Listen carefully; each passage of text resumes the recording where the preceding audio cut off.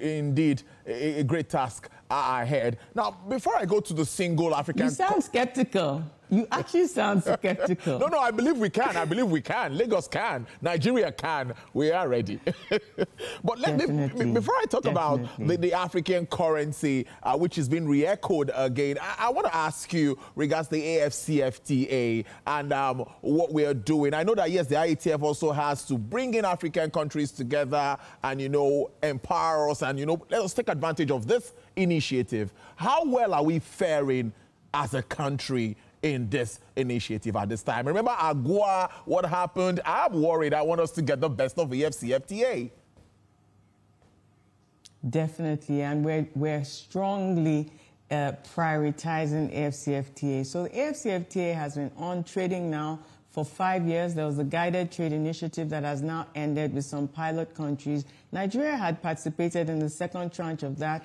But to be honest, what we did, first of all, was to take stock. Under the agreement, there's a provision that asks that each country have a 5-year assessment. When the Secretary General visited us in January 2025, we announced that we would be the first country to start that process.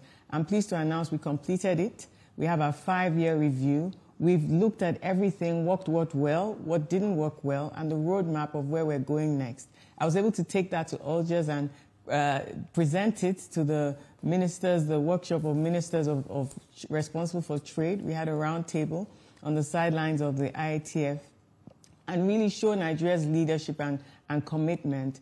Within a few days, in fact, less than a week, I was at the Africa Union speaking and championing for Nigeria. In February, we were at the AU again for African Heads of State meeting. Mr. President was commended for the role that we've taken in digital trade so far, and we were awarded the co-championship of that protocol.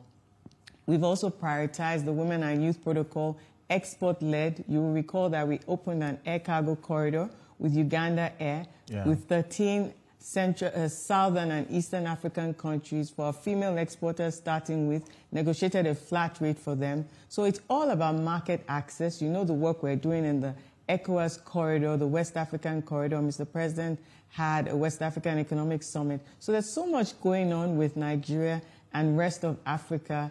Our exports are already up 24% year-on-year in Q1 as released by the central bank. It's really such an exciting time, particularly for our non-oil exports as they diversify across the continent.